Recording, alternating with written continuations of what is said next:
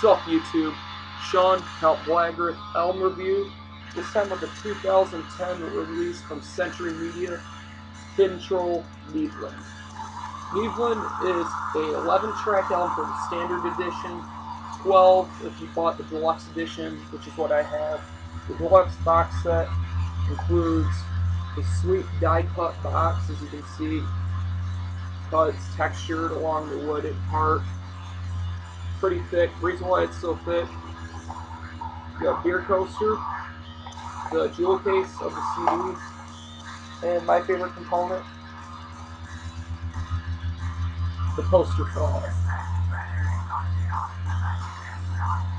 Very good for the money. Love the flag. I always have it hanging over by my CDs. Anyways, Finntroll is a Finnish folk metal band from Finland, obviously. They combine some Swedish influences and Swedish lyrics with their music.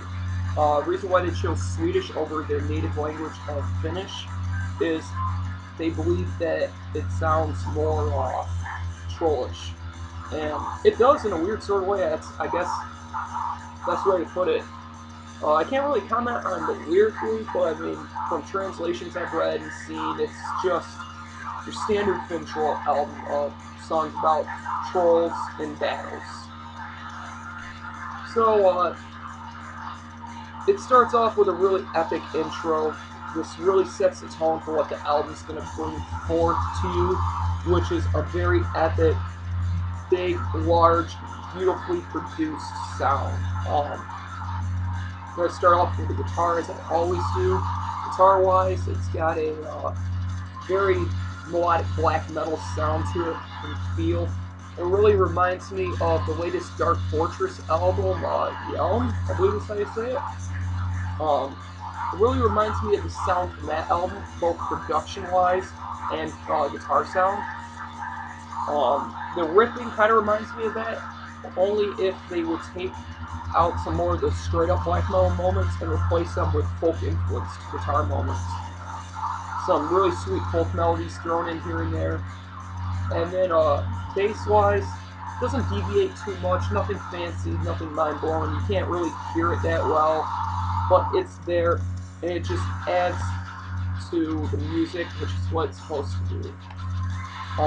Drum-wise, probably the best performance by their drummer on this album. Very good, very fast, very proficient drumming, perfect timing, executions well. Drum sounds not triggered, it's warm sounding, it's got a beautiful tone to it. The snare's got just the right amount of pop to it. I can't really say anything bad about the sound of this album. But to continue on, vocal-wise, this is their second album. First one was on Ujorden's Jeff, and great performance once again. Ujorden's Jeff is one of my favorite records of all time. I bought the album 3 times, twice on vinyl, once on CD. Just great album. There's not a bad Finntroll record, and this one is probably their best. And their performance on here is perfect. It's black metal, it's death metal, it's extreme, it's perfect.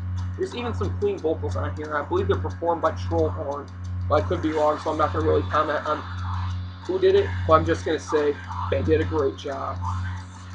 Keyboards are really what makes this album, what really makes what Finntroll what they are. The keyboards are like your typical Finntroll, very epic, very folky, very fun, very complex, really.